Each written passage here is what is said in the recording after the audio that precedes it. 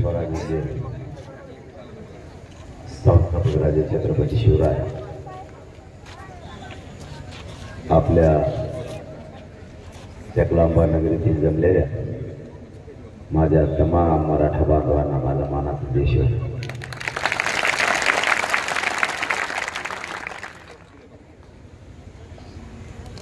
मराठा समाजाला आरक्षण मिळावं यासाठी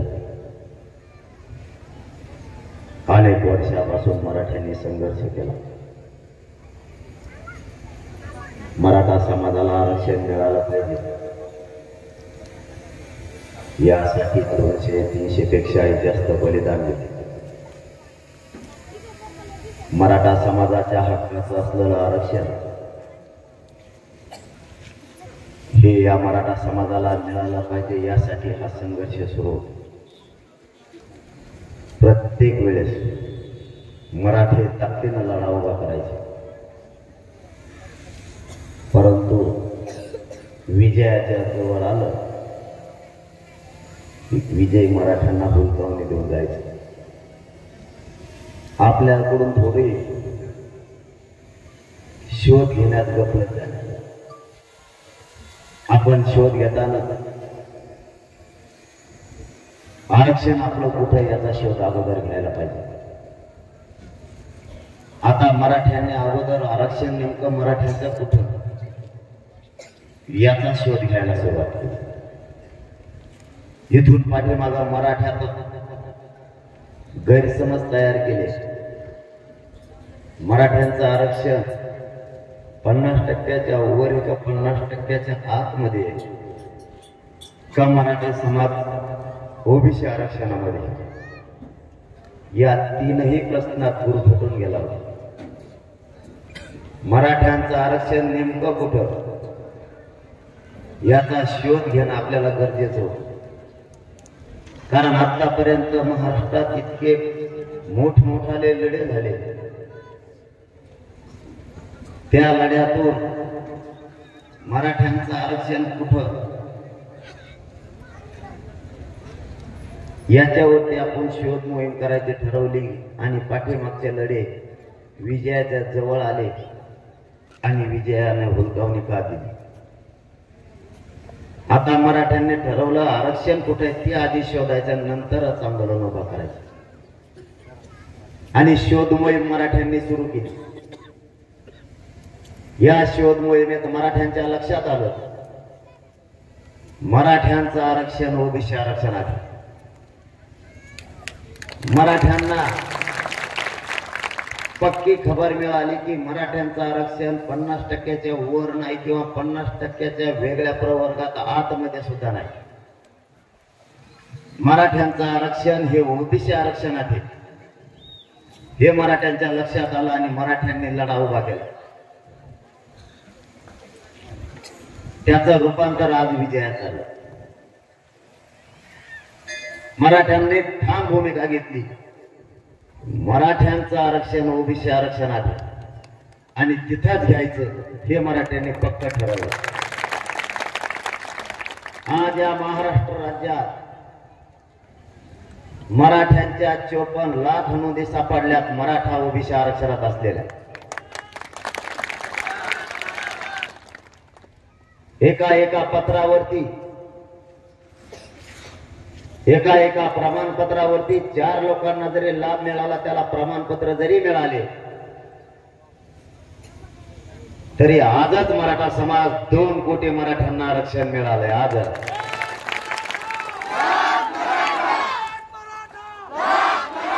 एका पत्रावरती मला पाठीमागच्या आठवड्यात जालन्याच्या कलेक्टर साहेबांनी सांगितलं, एका पत्रावरती आम्ही 70 जणांना लाभ दिला एकाच प्रमाणपत्रावर। कारण कायदा सांगतो ज्याची नोंद मिळाली त्याचा सगळा परिवार, त्याचे सगळे नातेवाईक त्यामध्ये घ्यायचे, त्यांना प्रमाणपत्र देऊन त्यांना लाभ द्यायचा। मग त्यामध्ये काका, चुलते, पुतणे, आजी, आजोबा, आत्या सगळेच आले। ज्याच्या ज्या सालाच्या नोंदी सापडल्या त्या सालापासून त्याचा सगळा परिवार आरक्षणात घ्यायला सुरुवात झाली. एक परभरीची माता माऊली माझ्याकडे दौरा सुरू करायच्या अगोदर आली होती. तिचं म्हणणं फक्त एवढंच होतं, प्रमाणपत्र माझं निघालं पण माझ्या प्रमाणपत्रावर 138 लोकांना फायदा झाला, त्याचा लाभ मिळाला. परवाच्या दौऱ्यात मी तीर्थापुरीकडे असताना मोरमा गावात एक विदर्भातला भाट आला. त्या भाटाकडे 50 ते 60 गावाचे ओबीसीत मराठा असलेले पुरावे सापडले. तीर्थापुरी शहरातले जेवढे आडनाव आहेत तेवढे सगळेचे सगळे त्या भाटाकडे पुरावे निघाले. आपलं सरकारकडे म्हणणं ते की ज्याची नोंद मिळाली त्याच्या सगळ्या परिवाराला आणि त्याच्या सगळ्या रक्ताच्या सोयऱ्यांना आरक्षण द्यायचे. आणि हा शब्द मी नाही दिला, हा शब्द सरकारनं घेतला. या शब्दावर मी आजही ठाम आहे. ज्यावेळेस सरकारचे प्रतिनिधी आपल्याकडे आले त्यावेळेस 4 शब्द घेतले गेले. तुम्हाला सगळं माहिती असावं म्हणून सांगतो, कारण हा लढा आता शेवटच्या टप्प्यात आहे. सरकारची आणि आपली चर्चा झाली त्यावेळेस सरकारशी आपलं 4 शब्दावरती ठरलं होतं, ते समाजाला माहित असणं गरजेचं आहे. एका नोंदीवरती सगळा परिवार घ्यायचा आणि त्याचबरोबर त्याच नोंदीच्या आधारावर रक्ताच्या सोयऱ्याला सुद्धा द्यायचं. त्याला सगळे सोयरे शब्द वापरेला. त्याची व्याख्या त्यांना बदलता येईना, त्याला मी काहीच करू शकत नाही. त्यांनी त्याची व्याख्या आईकडे नेली. आमचं म्हणणं आहे ते पारंपरिक जिथं सोयरी होती तिकडे आहे, ही व्याख्या नाही. आता त्यांनी त्यांचं ठरावं, कारण शब्द त्यांनी घेतला, शब्द आम्ही नाही घेतला. शब्द घेताना मंत्रिमंडळातले मंत्री महोदय 6 ते 7 जण होते. ज्यावेळेस हे शब्द घेतले आणि आरक्षण द्यायचं मराठ्यांना ठरलं आणि उपोषण सुद्धा थांबायचं ठरवलं, त्या दिवशीच्या चर्चेत मंत्री महोदयासोबत मागासवर्ग आयोगाचे सुद्धा अध्यक्ष होते, गायकवाड आयोगाचे सुद्धा अध्यक्ष होते, 4 न्यायाधीश होते, घटनेचे अभ्यासक सुद्धा होते, कायद्याचे अभ्यासक होते. या कायद्याच्या चौकटीत हे कसं बसायचं त्यासाठी त्यांच्या सोबत सचिव सुद्धा होते. या शब्दाचा अर्थ काय काढायचा, याची व्याख्या काय तयार करायची आणि हा शब्द कायद्याच्या प्रक्रियेत कसा बसवायचा, यासाठी महाराष्ट्रातले ऑनलाईन सगळे कलेक्टरही होते आणि प्रत्यक्ष तिथं आयुक्त आणि जिल्ह्यातले मराठवाड्यातले कलेक्टर सुद्धा होते. ज्यांना कायदा पारित करायचा असतो त्या कायदे मंडळाचे सदस्य सुद्धा त्या बैठकीला होते. एवढं उच्च दर्जाचं शिष्टमंडळ आलं आणि एका एका शब्दावरती 1-1 घंटा चर्चा झाली.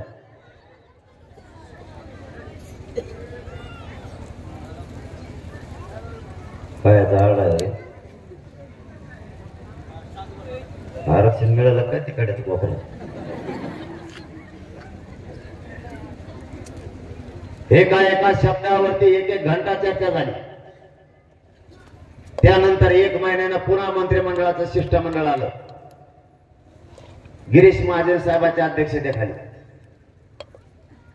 आणि आपण त्यांना विचारलं त्यावेळेस की तुम्ही ज्याची नोंद सापडली त्याच्या सगळ्या परिवारांना आरक्षण दिलं का? तर त्यांनी सांगितलं हो. आणि ज्याची नोंद सापडली त्याच्या सोयऱ्याला दिलं का? त्यातही ते म्हणले हो. म्हणलं मला महाराष्ट्रातलं एखादं असं उदाहरण द्या की ज्याची नोंद सापडली त्याच्या सोयऱ्याला तुम्ही त्याचा लाभ दिला, प्रमाणपत्र दिले. त्यांनी लगेच मला सांगायला सुरू केलं. ते म्हणले त्याची नोंद मिळाली, त्याच्या चुलत्याला पुतण्याला आम्ही लाभ दिला. म्हणलं चुलते आणि पुतणे सोयरे तुमच्यात बसून आमच्यात भावकी असते आणि मग त्याचे डोळे उघडले. ते म्हणतो असं असतं का? म्हणून कसं असतं?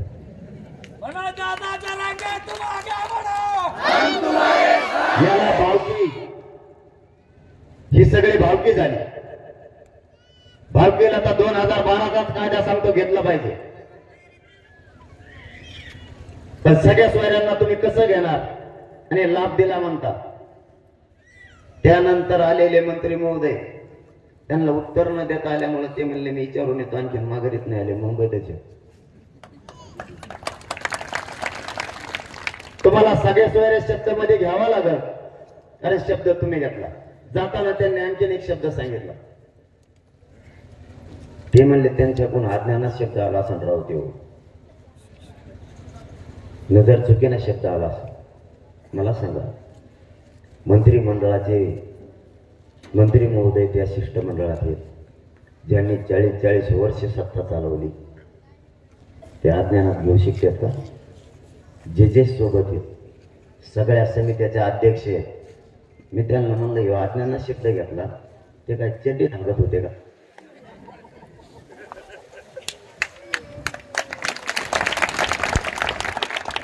बारीक बारीक लेकर आहेत का? त्यांना काहीच कळत नाही. जे कायदा चालवते, जे कायदे मंडळाचे सदस्य आहेत, त्यांच्याकडून तुम्ही अज्ञानात मत असले तुम्ही उठू शकता इथून, तुम्ही जाऊ शकता मागा. तुम्हाला मराठ्यांना आरक्षण द्यायचं नाही, तुम्ही जाहीरपणानं सांगा. मराठ्यांना कसं आरक्षण द्यायचं मराठी ठरवते. मराठ्यांनी चांगले गपदार केले जातात. सगळ्यांची वळवळच मराठ्यांनी बंद करून टाकली. मराठ्यांनी या पुढच्या काळात अशीच एकजूट ठेवणं गरजेचं आहे. मराठ्यांना नाव ठेवलं जायचं आणि मराठ्यांच्या पान उतारा प्रत्येक गावात आणि कट्ट्यावर केला जायचा. हे मराठी एक येत नाहीत. अपमानास्पद शब्द मराठ्यांना वापरायचे. त्यांनी षडयंत्र रचलं होतं. 70 वर्षापासून मराठे एक नाही झाले पाहिजे आणि मराठ्यांना आरक्षण सुद्धा नाही मिळालं पाहिजे. या दोनही शब्दात ते यशस्वी झाले होते, कारण मराठी एक होत नव्हते. पण मराठी आता इतक्या एका ताकदीने एकत्र झाले की कोणाचाच तोंड उघडायला तयार नाही. मराठ्यांनी एकच हाक दिली, अंतरवालीला या. अंतरवालीच्या बांधावर मराठी उभा होते. 20 किलोमीटरवर मराठ्यांना उभा राहायला जागा नव्हती. महाराष्ट्रातल्या कानाकोपऱ्यातून करोडोच्या संख्येनं मराठा अंतरवालीत दाखल झाला आणि ही जात एक झाली. त्याबद्दल मला माझ्या जातीचा स्वाभिमान आणि गर्व सुद्धा. मराठ्यांनी पुढच्या काळात अशीच एकजूट ठेवणं गरजेचं आहे. अंतरवालीला इतके मराठी आले की त्या ड्रोन कॅमेऱ्यात सुद्धा मराठी बसले नाही. हो, काहीचे ड्रोन उसात पडले तर आणखीन सापडले. इतके मराठी ताकदीने एकत्र आले. मराठ्यांच्या या शक्तीमुळेच आज मराठ्यांचं आरक्षण याच्या प्रक्रियेत आहे. अंतिम टप्प्यात मराठ्यांचं आरक्षण आलंय. मराठ्यांना एक विनंती करण्यासाठी मी गावागावात पुन्हा यायला लागलोय. स्वतःच्या लेकराला एकजूट राहा. कुठल्याही परिस्थितीत आता एकजूट फुटू देऊ नका. पहिल्या दिवशी जी शक्ती होती ती शेवटपर्यंत ठेवा. आणि जो माणूस पहिल्या दिवशी शक्ती एकत्र ठेवतो आणि ती शेवटच्या दिवसापर्यंत सुद्धा ठेवतो, तो माणूस जिंदगीत कधीच अपयशी होत नाही. म्हणून मी 15 वर्षापासून सलग मराठा आरक्षणावर काम करतो. काम करताना कधी यशाची पायरी जर गाठायची असली तर ध्येयापासून हटायचं नाही आणि पहिल्या दिवशी आपल्या जी ऊर्जा होती ती शेवटच्या दिवसापर्यंत ठेवायची. आपल्याकडून गफलत होती. आपण सुरुवातीला ताकदीनं काम करतो आणि विजय जवळ यायच्या टायमाला आता मिळणार आहे म्हणून थोडस ढिल्ल पडतो आणि तिथंच घात होतो आणि विजय होलकाने देऊन जातो. आता यावेळेस मराठ्यांनी तसं नाही करायचं. पहिल्या दिवशी जी ताकद होती तीच ताकद मराठ्यांच्या पदरात आरक्षण मिळेपर्यंत सगळ्यांना हीच ताकद एकत्र ठेवायची आणि तुम्ही फुटणार नाहीत. तुमची एकजूट फुटणार नाही याची मला 100% खात्री, नाही तर तुम्ही उन्हात बसलेच नसते. तुम्हाला माहिती आहे आता पोरं मोठं करायचं असलं तर एवढीच संधी, आणि आता ऊन पाऊस वारा आणि थंडी आपण जर डोक्यावर घेतली तर आपले पोरं सावलीला बसणार आहेत. म्हणून आपल्याला उन्हात तळपाल्याशिवाय पर्याय नाही, तेव्हा आपले लेकरं सावलीत बसणार. याला नाहीत मराठ्यांना पैसे नाही आला. मी त्यासाठी म्हणायचो गोदा पट्ट्यातल्या 123 गावाला एकजूट व्हा. आपण एकजूट जर झालो तर पुरा महाराष्ट्र एकजूट होईल. पण तुम्ही लय कलाकार, सुरुवातीला तुम्ही एकच राहणार ना. मावशी तुम्हाला काहीच माहित नाही आमचं काय ठरायचं. हे अशी फजिती केलेली मी, मला माहितच नाही तुमच्या हातात यांचे खटके. मला जर आधी माहित असतं ना, मी यांच्या टाइमात नसता घातला आरक्षण, तुम्हाला समजून सांगितलं असतं. घराघरातल्या महाराष्ट्रातल्या महिलांच्या लक्षात आलं की आपल्या लेकराचं हित आरक्षणात आहे, आरक्षणात आपले लेकर मोठे होणार आहे. आणि माता मावल्या लाखांच्या कोटीच्या संख्येने एकत्र आल्या. एकही राज्यातली आपली सभा अशी नाही की तिला 2 आणि 3 लाख महिला नाही, एक पण सभा नाही. प्रत्येक सभेला लाखांना महिला. मी पहिल्यांदा यायचो, तुमच्या गावातला नाही सांगत, दुसरीकडचं सांगत. मी यांना फोन करायचा, बैठक केली, मग नंबर बघितला की मोबाईल फेकून द्यायची. बघा काही जण कशी हसत मी त्यांना फोनला आपण बी त्याच्यात होतोच म्हणून. इतकी बेजारी केली यांनी. मी जर मला बैठक केली ती ईद असले तर ते माझे बीडला करावं. मी माझा उद्देश एकच होता, तुम्ही जर एक झाले तर मराठ्यांना न्याय मिळेल. माझा हट्ट तुमच्यापाशी तेवढाच होता. मी माझ्या जातीसाठी तुम्हाला त्रास दिला, माझ्या वैयक्तिक स्वार्थासाठी मी एकही फोन तुम्हाला केलेला नाही. केलेला असला तर तुम्ही म्हणताल ते मी ऐकायला तयार. मी मला तर इतके घुमायचे मावशो, तुम्हाला माझी भाषा कळते का? तुम्ही 10 म्हणा नाही बी म्हणून त्यांना नाही कळत. मग मराठवाड्याची भाषा आहे त्यांना कळत नाही. त्यांना जर एखादा शब्द नाही कळाला ना, त्या अधिकाऱ्याला इथे याचा अर्थ काय होतो त्याला नाही कळलं, ते मला फोन करते याचा अर्थ काय होतो. मला मी देऊन ठेवली. मला येत नाही शुद्ध बोलता, त्याला काय करू मी? आणि एखादा अनुस्वार चुकल्यावर मग काय करायचं?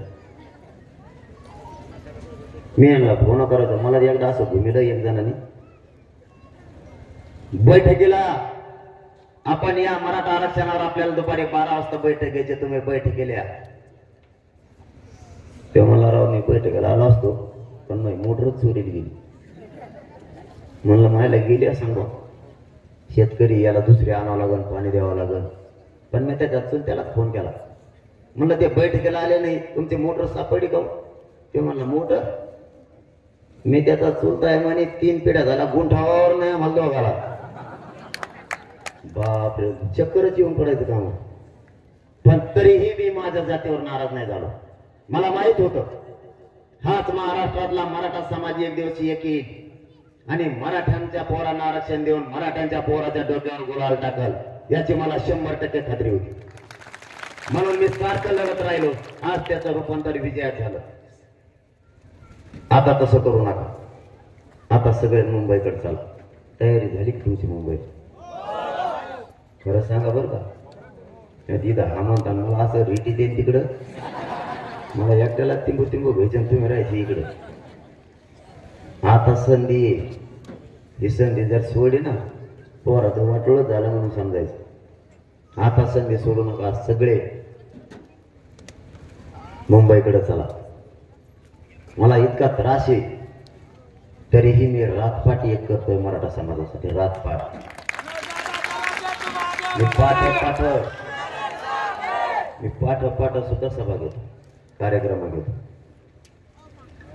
माझ्या पायाचा कार्यक्रमच केला एक जणाने, तरी मी फिरतोय. मग पोटाचा कार्यक्रमच लावला एक जणाने, तरी पण मी माझ्या शरीराची किंवा जीवाची पर्वा नाही करत. कारण मला माहिती आहे विजय आता जवळ आलाय. आपण जर हटलो तर आपल्या पोराचं वाटोळ सारखं सुरू आहे. रात्रंदिवस फिरतो. ते काय झालं, एक जण पुढून मला भेटायला आला. त्याने टाकलेली होती काकानं, ते त्याच्या द्वाऱ्यातच आलं. ते कसलं गाणं चालत असतं तसं. ते पुढून त्याच्या पायात इतकी नेबार चिपल होती, ते कणाकणाच आलं. मला वाटलं फोटो काढून जाईन माघारी लांबून. ते एकदम जोरात जोरात माझ्याजवळ आलं. त्याच्या चिपलेचा असा दणका बसला, मग अर्ध नकच उडा. मी त्याला लय लोटलं, पण ते लय टप्पू होतं, मला पुढे सरकलच नाही. ते मी 9च्या पुढं ना हातात हात द्यायचं सुद्धा बंद केलं वसत रातची. त्याने का हातात हात धरला सोडितच नाही. 7-8 फोटो काढितो. त्याला म्हणलं बस झाला आता. ते म्हणतो काढून देणे एक, तुला का गडबड झाली म्हणजे फोटो काढितो घोडे येतो. तुम्हाला एक काम सांगतो माय बापा, मराठी करायला एकदा आयुष्याचं आरक्षण मिळून आणि मराठ्यांचे लोक व्यसनापासून आपली प्रगती कोणी शकत, कोणी व्यसन कोणी करू नका. फक्त बस त्याच्या लांब जा. आपली जात सुद्धा म्हणून समजा आपल्याला बदल करावे लागते. 750 लोक महाराष्ट्रातले मी आतापर्यंत एकत्र 25-25 वर्ष एकमेकाचं तोंड बघत नव्हते. असे घेण्या देण्याचं राजकारणाचं वैर होतं. की बसतंय बंगल्यावर घरी आणि टकोरे आपण फोडितो एकमेकाचे. असे लोक एकत्र बसले. 1300 पेक्षा जास्त साधे लग्न मराठ्यांनी लावलेत एका हक्कीवर. मराठ्यांचे लाखांना पैसे वाचायला लागले. आपल्याला बदल करावा लागला. आरक्षण तर मिळालं. आरक्षणाचा विषय तुम्ही सोडून द्या. किती टोळे आडवी येऊ द्या. हे तुमचा पठ्ठ्या त्यांना पुरून उराले एकटाच निभाय. त्याची काळजी तुम्ही करू नका. चांगल्याची वळवळ बंद केली. ते यावल्याचं तर बोलतच नाही मला आता. त्याचा तर कार्यक्रमच उलटा सुलटा केलाय. ते कोणकडे बोलू जाऊ आता सध्या. त्याला पक्का माहित झालंय हे आरक्षणात गेले मराठे. आता उगाच आपण वेगळंच बोलू म्हणजे जातीय तेढ निर्माण करू असं बोलतो. ते घटनेच्या पदावर बसला आणि कायदा स्वतःच पायदळी तोडवायला लागला. ज्यानं राज्याचा पालकत्व स्वीकारलंय त्यांनी जाती जाती तेढ निर्माण करायचा नसतो. पण तो कोराडीची काठ्याची भाषा करतो. मायबाप मराठ्यानं तुम्हाला सत्य हकीकत सांगतो की सगळ्याला मान्य करावंच लागणार आहे. आजही गावखेड्यात ओबीसी बांधव आणि मराठा बांधव एकत्र आहेत. पुढं लग्नाला कोणाचं लग्न असेल तर एका पंक्तीत सोबत वाढीते. कोणाला जर लग्नाला जायचं असलं तर आत्ताही मोटरसायकलवर दोघं एकत्र जातात आणि 50-50 दोघं पेट्रोल टाकीत गाडीत. त्याने आजच्या अपार्टमेंट उद्या घेऊ पाहिजे. आणि जर नाही पाहिजे तर कच घोडे लावते त्या गाण्याला. एवढं प्रेम आहे त्यांचं एकमेकावर. पण हे दलिंदर कुठून आलंय. हे मराठ्यात सामान्य मराठ्यात आणि सामान्य ओबीसी मध्ये भांडण लावायला लागलं. आता त्यांनी तर एक नवीनच प्रोग्राम हातात धरलाय. धनगर बांधवाच्या आणि वंजारी बांधवाच्या आरक्षणाला आपल्यामुळे धक्का नाही लागत. जरी ते ओबीसीत असले तरी तो वेगळा प्रवर्ग आहे. आपलं भांडण 19% आहे. त्यांच्या आरक्षणाला धक्का लागत नसून त्यांना नादी लावतोय आणि त्यांच्यातून आपल्यात नाराजी निर्माण करायचा प्रयत्न करतोय. पण सामान्य ओबीसी बांधव, सामान्य धनगर बांधव आणि वंजारी बांधवांनी ठरवलंय की आपल्या आरक्षणाला धक्का लागत नाही. हा राजकारणी माणूस आहे. हे याच्या राजकीय फायद्यासाठी मराठ्यात आणि ओबीसी मध्ये नाराजी निर्माण करायला लागला. मराठ्यांच्या जर शासकीय नोंदी सापडल्या असल्या तर मराठ्यांना आरक्षण दिलं पाहिजे हे गावखेड्यातला ओबीसी बांधव म्हणायला लागला. मी त्याला ओपन चॅलेंज केलं होतं. तू जर ओबीसीचा नेता आहे तर धनगर बांधवांच्या आरक्षणाच्या बद्दलची तुझी भूमिका स्पष्ट कर. आतापर्यंत त्यांनी केली नाही. आणि धनगर बांधवांच्या लक्षात आलं की हे आपला वापर करायला लागला राजकारणासाठी. आपलं आरक्षण जर हे मागत नाही, भूमिका जर स्पष्ट करत नाही तर मराठा समाजात आणि धनगर बांधवात हे वातावरण खराब करायला लागलं हे सामान्याच्या लक्षात आलं. त्यामुळे चिल्लर चालणारे विषय सोडून देत जा. तुमच्या पाठीशी मराठा आहे, कमी काळजी करता तुम्ही. चिल्लर चालणार सोडून देत जा. त्यांचा मेनाचाच कार्यक्रम लावला. सामाना तू फक्त एकदा आरक्षण मिळवून दे. तो किती तर मला फक्त आरक्षण मिळवून दे. पुढे जाताना काय बोंबलं तू काय म्हणता कागदच घ्यायच्या संघात ती बाजाराची पिशी त्याच्या संघात त्याच्यात सकाळ म्हणतोय ज्याच्यात दम असेल त्याने वाचून टाका कशाला वाची तुझा तो मराठ्याच्या वाटा तू कोणाच्या वाटा जातो हे कुठे असले बेकार कचा कच काय बोलत येतं काय नाही खालून ती एक शिव असली तरी 2 दिवस जेवण जात नाही बाबा माणसाला कुठून शे आणल्या कुठून नाही सापडून येईन आता तुम्हाला एक गोष्ट सांगायला आलोय बाकीचं मी बघतो त्याची काळजी नका करू याला किती वळवळ करू द्या त्याला आपण समर्थ आहे फक्त आरक्षण मिळूस तर शांत राहा तुम्हाला जितका अपमान पचवत आहे तितका पचवा कारण मी सुद्धा पचवतोय मी कित्येक तरी अपमान पचवला कारण आपल्या लेकरा बाळाच्या पदरात आरक्षण पडणारे 70 वर्षानंतर नंतर तो बी तिथं त्याच्यानंतर काय आत्ता आरक्षण मिळत शांत राहा 10 शिव्या दिल्या तरी खा मी म्हणतोय म्हणून थोडे दिवस सहन करा आता आरक्षण मिळालं हे बरोबर होणार काय शंका बोलत नाही त्याचा त्यांनी सगळ्यात जास्त वाटोळ केलंय बाकीचे आपले विरोधक नाहीत हे लक्षात ठेवा एकटाच विरोधक आहे आणि त्यांनी एकट्यानं मराठ्यांच्या पोराचं आरक्षणात वाटोळ केलं बाकीच्यांचा काय दोष नाही बाकीच्यांना दोष द्यायचा सुद्धा आता मराठ्यांनी मुंबईची हाक दिली सावध व्हा 20 मराठ्यांनी सांगितलंय मुंबईला आता आपल्याला जायचं कोणी घरी राहू नका मुंबईची तयारी झाली पण खरे नाही सगळे चंचला आता घरी राहू नका आपल्या गोदा पट्ट्यातल्या 123 गावातल्या लाखानं महिला 23 तारखेला सकाळी 8 वाजता अंतरवाली असे मेसेज त्यांनी फिरवले लाखानं महिला कारण पोरं 20 तारखेला सकाळी 9 वाजता अंतरवाली सोडणार आहे पोराने जर एकदा अंतरवाली सोडली तर ते मुंबईपर्यंत थांबणार नाही आरक्षण घेऊनच माघारी येणार आहेत त्याशिवाय ते माघारी फिरत नाहीत आता त्यामुळे तुम्ही तुमच्यावरही जबाबदारी आली आता माय बापांना आणि ज्या माता मावल्या यायला लागल्यात लाखांना 123 गावातल्या हे त्या मुंबईला जाणाऱ्या पोरांना वाटा लावण्यासाठी यायला लागल्या आपल्या इच्छा लांब्यातले एकही माता माऊली घरी राहता कामा नाही त्या दिवशी सकाळचे सगळे ते पोरं आपल्या लेकरासाठी लढायला 500-600 किलोमीटरवर चालले त्यांच्या पाठीवर हात फिरायला तुम्ही सुद्धा या त्यांना मायेची साथ द्या ते पोरं 1 इंचही मागे सरकणार नाही जर लाखांना माता माऊल्यांनी आता वाटो लावायला यायचं ठरवलं तर हे त्या पोरांना बळ आहे त्यांच्या अंगात 10 हत्तीचं बळ येणार आहे ते मुंबईकडे गेल्याच्या नंतर आरक्षण घेतल्याशिवाय माघारी येणार नाही कधी काळी जबाबदारी अंगावर घ्या आणि त्या लेकराच्या पाठीशी मायबाप म्हणून उभा राहा ते लेकरू तुमचं जाणार मुंबईला नसणार आहे तरी हे जाणार लेकरात तुमच्या लेकरा बघा आणि त्याच्यावरती माया करून त्याच्या डोक्यावरती हात फिरा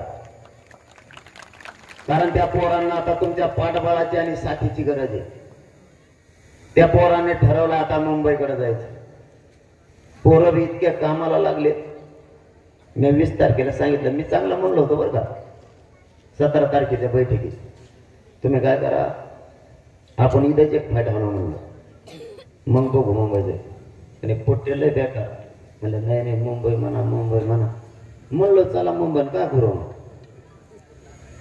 त्यांना सांगितलं 20 तारखेच्या आत काम उरकून घ्या भारी तुमचे मथरेच घेऊन चाललोय मुंबईला मी तुमचे मथरे इथं ठुत नाही मी तुमच्या मथऱ्याला आडीलं तिकडं आणि त्याने जर तिकडून मथरीला फोन केला मला आडीलं मथरीनं चप्पल काढीच म्हणायचं त्याचा रुद्र अवतारच बघा तुम्ही कसा आहे आम्ही तुमचे मथरे घेऊन चाललो सगळे मुंबईला त्याशिवाय ही एकजूट होत नाही आता फक्त मुंबईत सगळ्यांना शांततेत आंदोलन करायचं आणि पाठीमागचे आंदोलन होणारे सुद्धा शांततेत करायचे जो कोणी उद्रेक आणि जाळपोळ करेन तो आपला आंदोलक नाही मराठ्यांच्या पोराने नुसते मुंबईत मांडी जरी घातली तरी दुसऱ्या दिवशी सकाळीच आरक्षण मराठ्यांच्या पदरात पडलं म्हणून सांगा कारण मराठे काय थोड्या ताकदीनं नाही जाणार प्रचंड ताकदीनं मराठे मुंबईत घुसणार आहे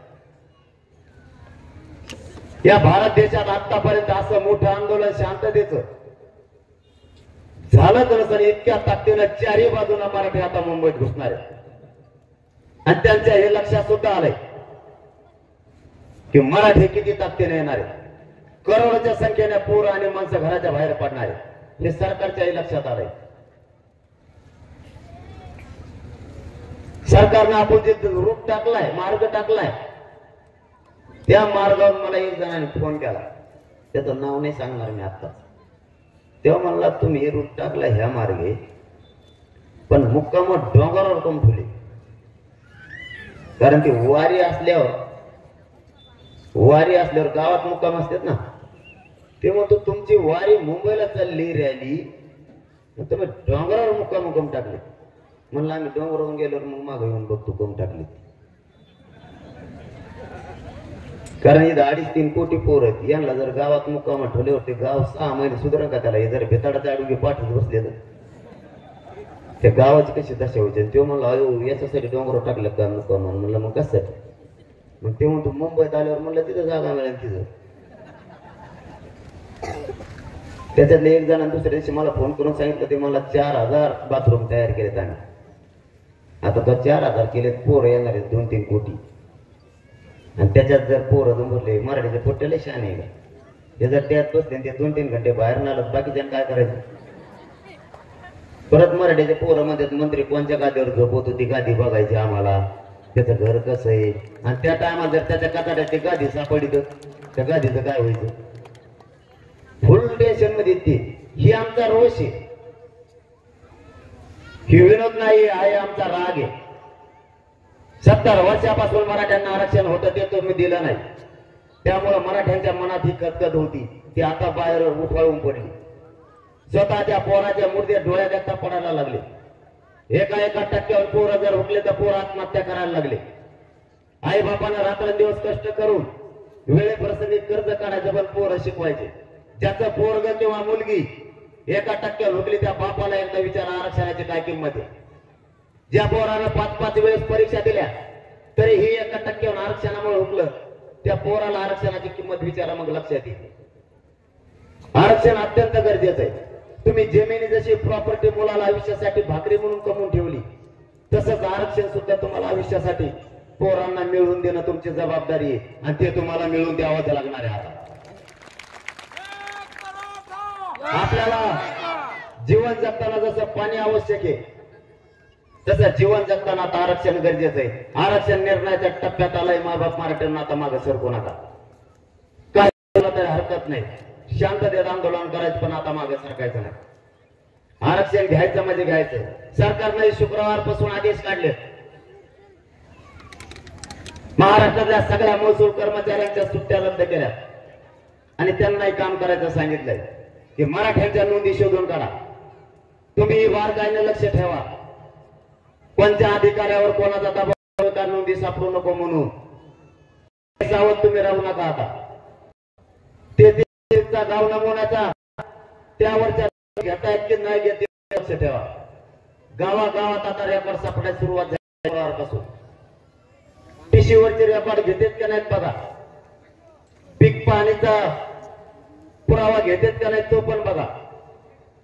खासरा पत्रावरती कुंडी किंवा शेती लिहिलेलं असलं ते पण घेतात का नाहीत बघा. बारकाईने लक्ष ठेवा.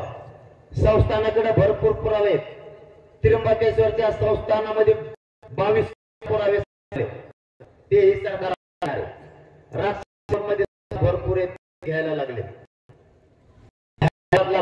खोल्या भरून मराठ्यांच्या आरक्षणात असलेले पुरावे सापडले असं मला मुख्यमंत्री त्याविषयी बैठकीत सांगितलं. त्यामुळे या गोष्टीवर आता तुम्ही सुद्धा बारकाईने लक्ष ठेवा. अधिकाऱ्यांवर दबाव येण्याची दाट शक्यता आहे. अधिकाऱ्यांच्या सुद्धा पाठीशी त्याच्यावर जर कोणी दबाव आणत असेल, नोंदी सापडू नको म्हणून, तर मराठ्यांनी त्याच्या पाठीशी ताकदीने उभा राहा. त्याला देऊ नका. कारण नोंदी ह्या लाखाने दडून ठेवलेल्या आहेत. तुमचंच उदाहरण तुम्हाला देतो. गेवराई तालुक्यातला पहिला अहवाल निरंक म्हणून गेलेला आहे. गेवराई तालुक्यात एकही नोंद सापडणार नाही आणि सापडत नाही असा अहवाल गेलेला. त्याच्यानंतर आपण खाजगी अभ्यासक गेवराई तालुक्यात पाठवले. 66 गावापैकी 64 गाव 100% पुरावेचे सापडलेत की जे कुणबी ओबीसी आरक्षणात. यामुळे तुम्ही आता बारकाईने लक्ष ठेवा. आजपर्यंत गेवरा तालुक्यातले 123 गावं झालेत की ते पूर्णचे पूर्ण ओबीसी आरक्षणात. त्यामुळे इथं देव जरी आला तरी मराठ्यांना ओबीसी आरक्षणात जाण्यापासून कोणीच रोखू शकत नाही, कोणीच. त्यामुळे तुम्ही त्याची काळजी करू नका. आता फक्त मुंबईला जायची तयारी करा. आणि आपल्या चकलांब्यामधल्या एका हे माता माऊलींना 20 तारखेला घरी थांबवू नका. तुम्ही एक दिवस जर काम बुडिलं, तुमच्या एक दिवस काम बुडल्यामुळे माझ्या मराठा समाजाचं कल्याण होणार असलं तर तुम्ही 100% एक दिवस काम बुडवा आणि अंतरवालीला या. आणि अंतरवालीपासून गेवराईपर्यंत तुम्हाला पायी चालायचे त्या पोरांना वाटा लावण्यासाठी. कारण गेवराईपर्यंत त्या लाखानं महिला या गोदापट्ट्यातल्या 123 गावातल्या महिला येणार आहेत. त्यामुळे आपल्या चकलांब्यातला एकही माणूस मागे राहू नका. ही विजय लढा आहे. या विजय लढ्याचे साक्षीदार व्हा. आरक्षण तर आपण घेणार, त्याची काळजी करू नका. सरकार कसं देत नाही ते बघतो, त्याची काळजी नाही. मराठी आता इतक्या ताकदीने एकत्र आलेले, सरकारला आता द्यावं लागणार. कारण पूर्वीचा मराठा नाही राहिला आता. पूर्वी होतं ते योमाया पक्षाचा आणि ते माया पक्षाचा. पक्षी सगळे सोडून दिले मराठीने. आता सध्या एकच स्वतःचा मुलगा कसा मोठा होईल, त्याला आरक्षण कसं देता येईल याच्यासाठी काम करा. नेत्याच्या मागं पळा, पण आत्ता नाही. आरक्षण मिळाल्यावर तुम्हाला जे राजकारण करायचं ते करा, पण आरक्षण मिळावे अगोदर नाही. जर तुम्ही आता त्यांचं ऐकून बाजूला जायचा प्रयत्न केला तर तुम्हीच मराठ्यांच्या पोराचं वाटोळं केलं म्हणून समजा. जाता जाता तुम्हाला पुन्हा एकदा आवाहन करतो आणि विनंती करतो, मला लय मोठे गाव घ्यायचे त्यांनी. आत्ताशी दुसरंच आता काय करावं. मराठी 2 जरी रस्ते थांबले असले तरी मी थांबते. मी त्यांचा अपमान करून पुढे जातच नाही. कारण मी मराठीची गद्दारी नाही करू शकत. कारण सरकारचं पण ते चूक नाही. म्हणून मी त्यांना मॅनेज होत नाही, म्हणून तर त्यांचा जोडा नाही केला.